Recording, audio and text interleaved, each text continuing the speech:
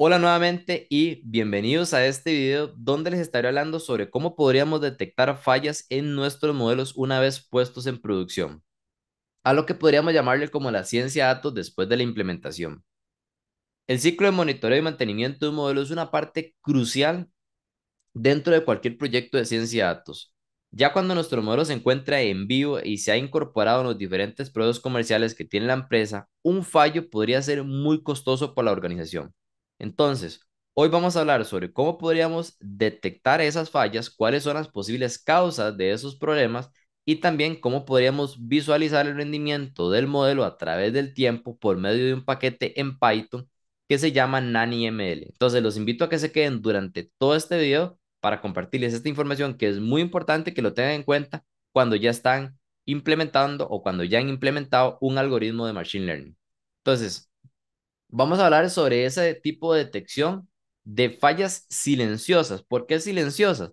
Bueno, porque nos va a afectar en el rendimiento, perdón, en la precisión, más no en el rendimiento del algoritmo.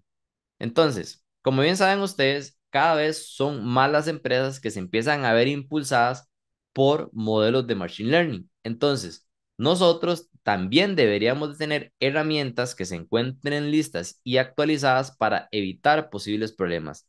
Ya han habido casos de empresas muy grandes que han perdido millones de dólares por no tener una parte de evaluación del rendimiento del algoritmo ya que puede sufrir cambios a través del tiempo. Entonces, la importancia de un monitoreo del modelo es cuando ya se pone en producción. Se dice que es donde empieza realmente la diversión, porque vamos a encontrar muchísimos problemas que no detectamos en las fases del entrenamiento al momento de crear el algoritmo. Ahora, una de las claves para tener una implementación exitosa en un proyecto de ciencia de datos es el monitoreo del rendimiento. Entonces, además de prevenir fallas, también nos va a ayudar a mantener ese valor comercial de lo que es la implementación de ese modelo. Entonces, muchas empresas en la práctica común ya es una tarea relativamente sencilla que lo tienen incorporado lo que es el monitoreo. El problema surge cuando la verdad fundamental no está directamente disponible y no se sabe a ciencia cierta por qué fue que falló el algoritmo. Entonces, de eso también vamos a hablar en este video sobre esas posibles causantes y, por supuesto, ya lo llevaremos también a la implementación. Entonces, el paquete que nos va a ayudar muchísimo en esta gestión, les mencionaba que se llama NaniML, es un paquete que nos va a ayudar a mantener visualmente ese rendimiento palpable, cómo sé en qué momento está fallando y de inmediato poder intervenir ante cualquier tipo de inconveniente. El vicepresidente de análisis de datos de la empresa Gap dice que el 87% de los modelos fallan una vez que se han implementado. Entonces, aunque ustedes se encuentren en el otro 13%, realmente siempre tenemos que darle un correcto mantenimiento y monitoreo de los modelos. ¿Por qué? Porque puede ser que el rendimiento del modelo en temas de eficiencia siga manteniéndose, pero ya cuando validamos la precisión, puede ser que empiece a surgir cambios significativos y que nuestros pronósticos, nuestras predicciones no sean tan certeras como cuando entrenamos el modelo antes de llevarlo ya a producción. Entonces vamos a hablar sobre esas fallas silenciosas, cuáles son, las vamos a desglosar en diferentes partes y la primera parte que vamos a hablar es la degradación del rendimiento. Entonces, normalmente, en el momento en que nosotros ponemos un modelo en producción, se comienza a degradar. Al evaluar el modelo de Machine Learning, hay muchos factores que nosotros deberíamos de considerar que podrían afectar en la degradación, desde el sesgo de información, la equidad, hasta el impacto comercial que tiene ya este algoritmo. La dimensión más crítica es evaluar ese desempeño a través del tiempo. Entonces, existen diferentes formas de ir midiendo el rendimiento del modelo, por ejemplo, utilizando el ROC, el AUC, la precisión, el error absoluto medio, entre otras métricas que nos ayudarían a entender qué tan preciso es ese algoritmo. Entonces, una disminución constante y persistente de esos tipos numéricos, de esos números que nos da, es una degradación del rendimiento. Entonces, si nosotros teníamos un número al momento en que entrenamos el modelo en la parte de precisión y ya una vez puesto en producción empieza a bajar paulatinamente ese número, quiere decir que ya hay un posible error en lo que es la degradación del rendimiento. Entonces, lo vamos a poder subdividir en diferentes etapas, lo que es la degradación. Está lo que es la degradación repentina del rendimiento, que es una caída que de forma imprevista hace que el rendimiento del modelo cae. Entonces, por ejemplo, imagínese que Netflix ofrece una suscripción gratuita durante el primer mes de uso que se pueda tener sobre esta aplicación. Entonces, trae una gran cantidad de nuevas personas o nuevos clientes con características diferentes a los históricos que se tenían.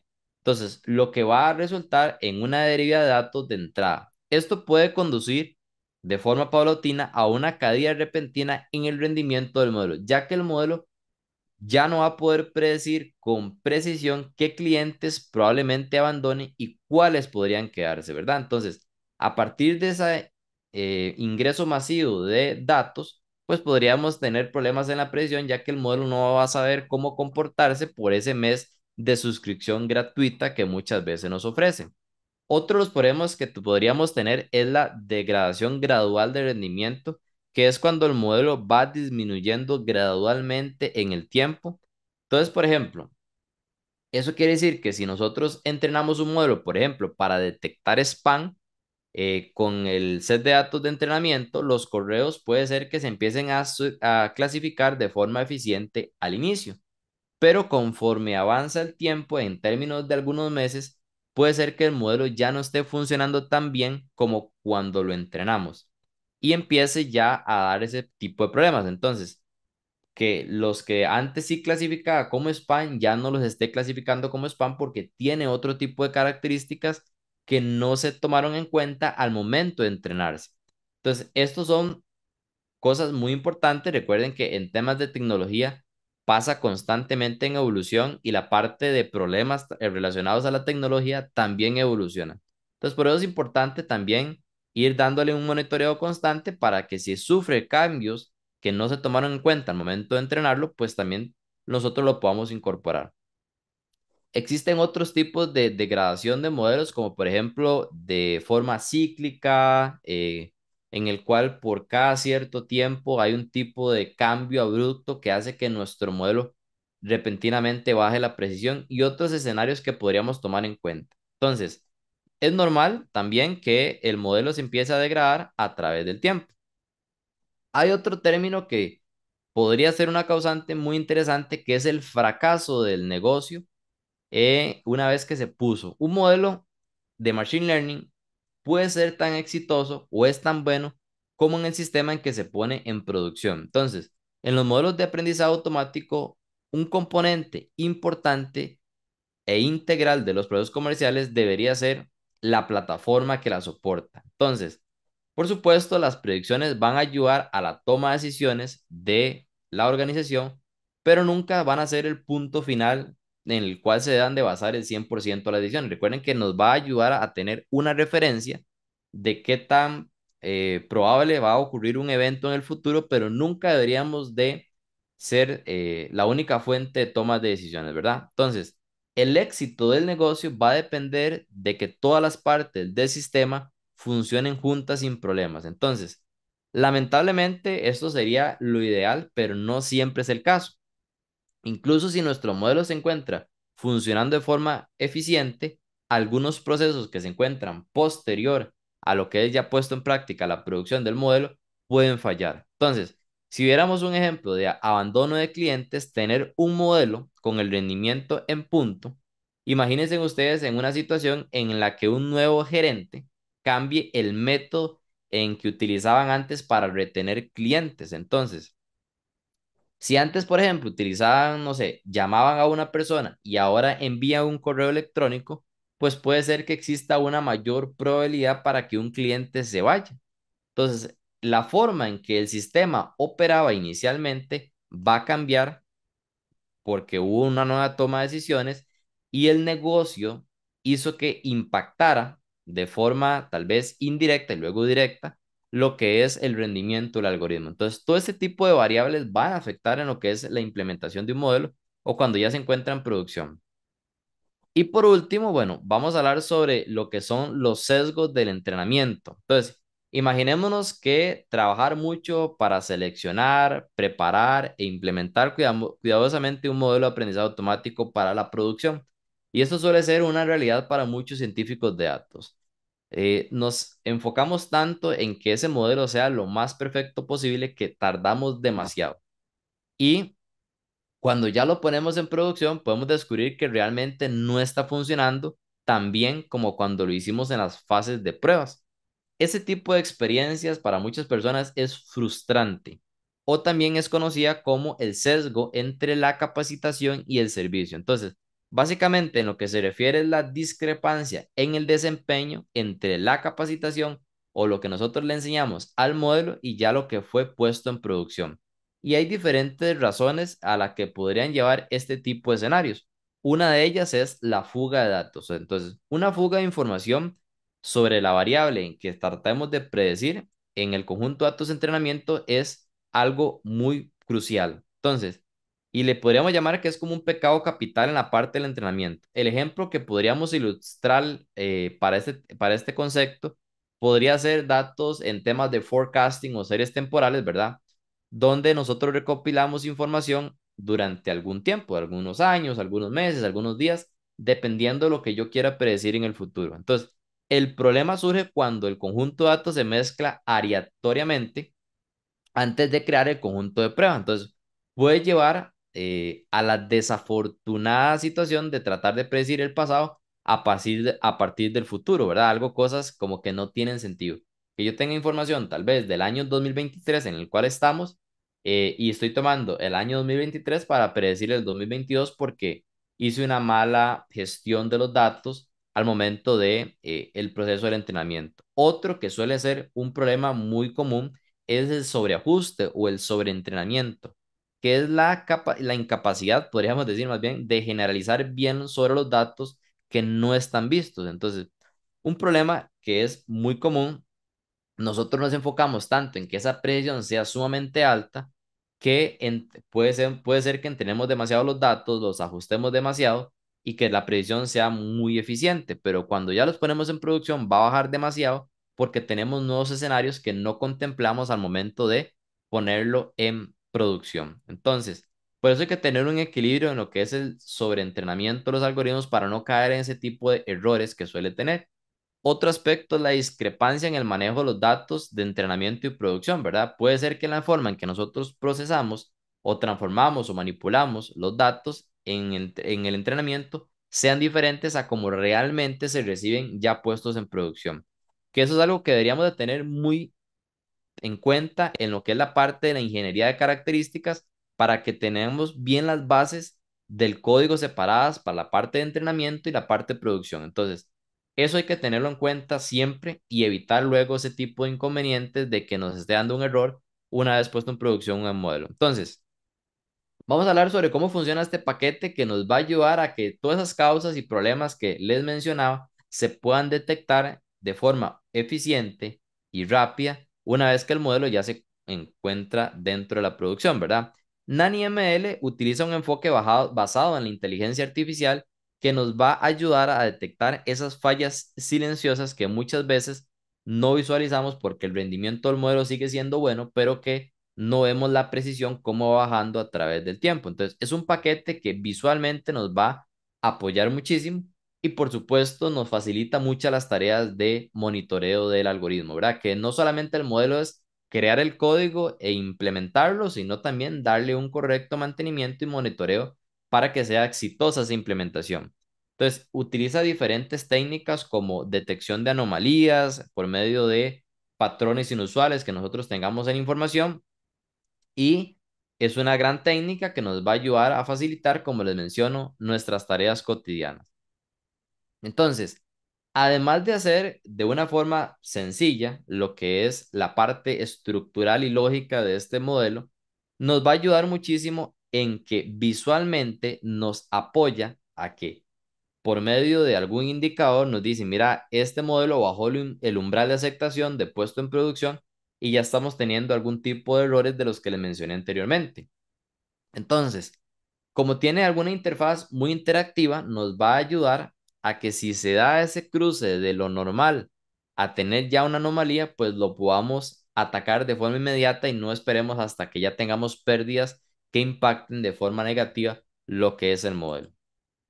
Entonces, eh, es una librería muy importante. Python es un lenguaje de programación que nos ayuda mucho en la parte de inteligencia artificial y ocupamos librerías que nos facilite este proceso. El detectar no solamente consiste en que nosotros lo hacemos mediante un código, sino que también debemos de tener en cuenta el trasfondo de por qué ocurren esas fallas para poder también atacar la posible causa raíz de esos problemas y que nos sea más útil al momento de aplicarlo. Entonces, vamos a ir ahora sí a lo que es a la práctica de nuestro modelo directamente desarrollado en Google Colab. Ok, vamos a cerrar la presentación y nos vamos a ir directamente a nuestro Google Colab donde tenemos ya un código prediseñado donde se visualiza lo que es la implementación de este paquete NaniML. Entonces, en este caso lo estamos desarrollando en Google Colab. Aquí vamos a realizar lo que es la instalación del paquete. No es un paquete que ya venga como por así decirlo preinstalado. Debemos de realizar esa gestión. En realidad es un proceso pues bastante sencillo. Dura como unos segundos realizando la gestión si lo ejecutamos en Google. Y bueno, aquí hacemos el comando del pip install naniml, realizamos lo que es la instalación del paquete y ya vamos a continuar un poquito para hablarles sobre el contexto de la información. Este conjunto de datos ya es sintético, contiene entradas y predicciones realizados a un modelo de clasificación binaria, el cual nos decía si un cliente iba a pagar un préstamo para la compra de un vehículo o no, ¿ok? Entonces ya aquí recuerden que este tipo de modelo nos ayuda después de puestos en producción el modelo, ¿verdad? Entonces por ende ya tenemos los resultados de nuestras predicciones. En este caso, vean acá, tenemos dos columnas, la YPredict de probabilidad, quiere decir cuál es la probabilidad de que ese cliente vaya a pagar o no. Lo subdividimos en que si era binaria, que sí o no, 1 o 0. Y bueno, para poder haber hecho ese modelo teníamos diferentes variables. Teníamos el valor del auto, el rango del salario, la relación de deudas-ingresos, la duración que tenía el préstamo, si tenía un reembolso por tener un vehículo anterior, cuánto era la prima que se daba, entre otras variables más, ¿verdad? Entonces, esta es la información que se contiene. También teníamos la fecha de la gestión. Y a partir de esta información vamos a realizar lo que es la fragmentación de los datos. El fragmento de datos es básicamente realizar una muestra de la información. Todos los resultados que nosotros generemos por NaniML se calculan y se presentan en nivel de fragmento. Es decir, un fragmento es un punto de datos único en los resultados del monitoreo. Entonces, los fragmentos generalmente se crean en función de los periodos de tiempo que tengamos en la base de datos. Entonces, por ejemplo, dependiendo de toda la información que tengamos en las observaciones y en las predicciones, podríamos sacar ese fragmento, ya sea en horas, minutos, días, meses, años, etcétera, ¿verdad? Todo va a depender del intervalo que nosotros seleccionemos y que tengamos en la base de información. También puede basarse en el tamaño, de modo que ese fragmento contenga la n cantidad de observaciones que yo quiero que visualice, ¿verdad? Los registros o la n cantidad de números, elementos, de modo que al final todos los datos se dividan en la n cantidad de fragmentos que nosotros visualicemos. Entonces, para este escenario estamos fragmentándolo en 5000 datos, ¿verdad? Y bueno, esto es muy importante porque nos va a permitir estimar el rendimiento de los modelos cuando los objetivos están ausentes, ¿verdad? Entonces, este es un proceso que sí o sí tenemos que hacer. Ya una vez que hemos realizado y que nos luego en un futuro cuando digamos los objetivos se retrasan o están parcialmente disponibles o no estén disponibles en el absoluto, nos permite que podamos identificar posibles problemas de rendimiento que antes no se detectaban. Luego de haber hecho, vamos a realizar la estimación del rendimiento sin objetivos, a lo que estaríamos basándonos en la confianza, el CBP, que básicamente la estimación del rendimiento basada en la confianza aprovecha la puntuación de confianza de las predicciones y se suele utilizar muchísimo para estimar el rendimiento de los modelos de clasificación, ya que devuelven predicciones con una puntuación de confianza asociada. Entonces, en este paquete NaniML es compatible con lo que es el CBP para la estimación del rendimiento de los modelos de clasificación binarias y multiclase. Entonces vean acá, nosotros aplicamos la librería, luego indicamos que quiero la función de la estimación del rendimiento sin objetivos, el CBP. Le indicamos cuál es la variable de probabilidad. Este caso recuerden que está enfocado en clasificación binaria, sin embargo lo podríamos desempeñar en otros tipos de modelos como regresión y demás. Entonces tenemos la columna de probabilidad, la de predicción, cuál es el Y que realmente sucedió, ¿verdad? El valor verdadero. La métrica que estoy utilizando para validar la predicción, que en este caso es el ROC AVC. La cantidad de fragmentos que quiero utilizar, que habíamos definido que eran 5000, y el tipo de problema que quiero solucionar. En este caso es un problema de clasificación binaria. Tenemos dos posibles soluciones. Ya luego, una vez que le apliqué todo el estimador, sus diferentes parámetros, lo aplicamos a la referencia de información. Recuerden que la referencia viene de lo que aquí estamos nosotros obteniendo, ¿verdad? Aquí está el reference en cuanto al set de datos. Y aquí lo ajustamos a la información que teníamos en el estimador. Luego aplicamos que nos estime el rendimiento asociado, y esto lo vamos a ir viendo directamente en una variable que se llama rendimiento estimado. Entonces aquí este rendimiento estimado lo vamos a plotear y vamos a visualizarlo en un gráfico de Python. ¿Ok? Entonces aquí estamos viendo cómo se podría visualizar los resultados. Vamos a observar acá la métrica de referencia que tendríamos y que estábamos utilizando. Si ustedes se posicionan con el cursor, ahí vamos a tener pues la referencia, ¿verdad? Cuánto sería lo que nos dio el área bajo la curva y por supuesto la banda de confianza. Entonces aquí estamos visualizando la referencia que nos está dando el modelito. ¿Ok? Luego observen acá que también cuando nosotros visualizamos ya en el ploteo que nos genera pues el modelito, no tampoco tenemos que hacer mucha gestión. Vemos el umbral de aceptación que tenemos para el algoritmo. Vean que en este caso, según cuando nosotros lo entrenamos en la métrica de análisis, cómo estaba en nuestro modelo en su precisión. Luego tenemos el umbral y por supuesto cuál sería el error de referencia o el error simple al momento de analizar. Estos elementos, estos pequeños puntos de fluctuaciones a través del tiempo son posibles alertas que nos va a dar de que el modelo está sufriendo cambios importantes a través de su ejecución. ¿Ok? Entonces, esto sí es muy importante poder identificarlo, cómo es el performance del algoritmo una vez que nosotros lo implementamos y cómo va evolucionando a través de, en este caso, del chunk que elijamos. Recuerden que el chunk que nosotros elijamos fue cada 5000 observaciones. Entonces, cada 5000 observaciones, ¿cómo se estaría visualizando el resultado de esta métrica en el performance que estamos observando? Luego de ello, pues pasamos a lo que es la detección de desviación de datos. Algo muy importante en lo que es la desviación, recordemos que el enfoque univariante de NaNiML para la desviación de datos se analiza de forma que cada variable lo tocamos de forma individual, no lo hacemos de forma, digamos, múltiple. Y lo que realizamos es la comparación de los fragmentos creados a partir de, por ejemplo, el periodo de datos o la cantidad de observaciones en análisis que tenemos de referencia. Entonces, puede, digamos, podemos profundizar todavía más el detalle de cuántos serían los periodos dependiendo de la información que nosotros estemos manejando, y eso nos ayudaría tal vez yendo a la documentación sobre este paquete y ustedes podrían tomar las conclusiones según lo que corresponde. Entonces nos va a ayudar pues muchísimo en lo que es la investigación de posibles problemas de rendimiento con respecto a su funcionalidad. Aquí pues aplicamos un pequeño bucle, ¿verdad? Donde estamos recorriendo todas las columnas que no estén en la fecha y del reembolsado. Luego iniciamos el objeto que realizar los cálculos de detección de deriva univariante. Aquí básicamente aplicamos lo que es la función de NaNiML, ¿verdad? Que nos ayuda a detectar esas derivas. Aquí indicamos cuáles son los nombres de columnas que quiere que tome. Recuerden que el nombre de columnas fueron las variables que se fueron almacenando diferentes a las de fecha y en reembolsado. Pues obviamente tenemos la variable que predijimos, que sería la Y predictora, cuántos fueron los fragmentos de datos que nosotros elegimos.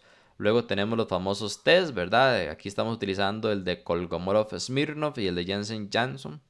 Y en los métodos de chi cuadrado y el de Jensen-Shannon, donde estaríamos visualizando la detección de deriva univariante. Ya luego acá es únicamente una vez que nosotros lo separamos, aplicamos el modelito al set de datos de referencia, calculamos en análisis y por supuesto viene la parte de ploteo de la información.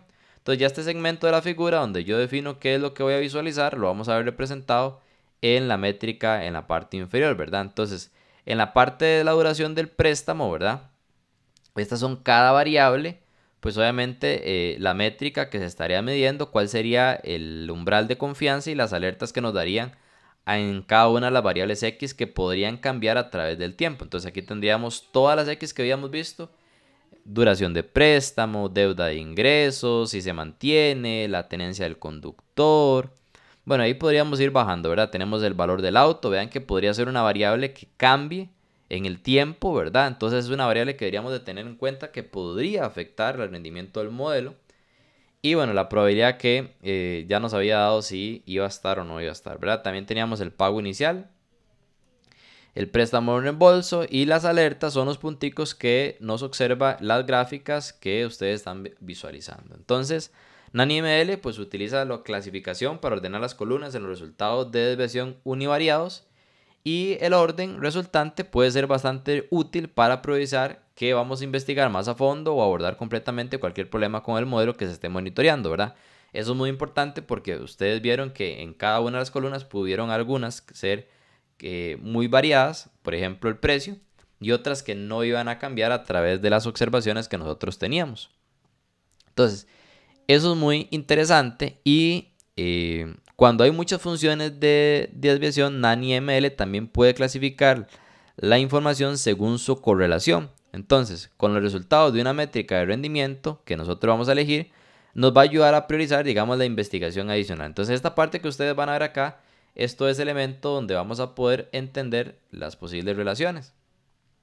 Entonces aquí estamos viendo la correlación en caso de que nosotros visualicemos esa métrica de rendimiento y cómo podría bajar, y los datos que nos está representando, ¿verdad? Entonces aquí estamos visualizando el ranking que tendríamos que tomar en consideración para el efecto de si es una variable que va a cambiar a través del tiempo y que deberíamos estar monitoreando y ajustando conforme los parámetros en el que fue entrenado el algoritmo, ¿verdad? Tiene una correlación sumamente alta o donde casi no hay una correlación, ¿verdad? Aquí tenemos algunos elementos como el valor del auto, el rango, el salario, la duración del préstamo, entre otros, que son factores que se podrían considerar afectar en los datos. Y por último, ya en casos de desviación de datos un poco más complejos, podríamos utilizar pues detecciones como el PCA o análisis de componentes principales, que nos va a ayudar, por supuesto, a reducir la dimensionalidad de un conjunto de datos para poder identificar patrones entre las variables. Entonces aquí ya estamos en escenarios un poquito más complicados. Utilizamos el PCA, donde nos trae, digamos, el umbral de aceptación, y ya nos daría un mejor contexto de cómo detectar esas alertas en caso de que cambie por n cantidad de observaciones nuestro modelo, ¿verdad? Entonces aquí inicializamos reduciendo la dimensionalidad de los datos, identificamos patrones, y nos daría aquí algunas ideas de dónde estaría fallando nuestro algoritmo para este set de información, ¿verdad? Entonces, en realidad este es el proceso para identificar. Luego podríamos ir viendo el impacto y cómo es que cambian las variables, pero para no ser tan amplio este video, pues quisimos aquí mostrar rápidamente este paquete que es de muchísima utilidad, que nos da una alerta visual de cómo es que funciona el algoritmo, y también cómo lo podríamos incorporar en un set de datos con resultados ya puestos en producción directamente en Python. Nos vemos en otro video con más sobre Python y la ciencia de datos. Hasta pronto.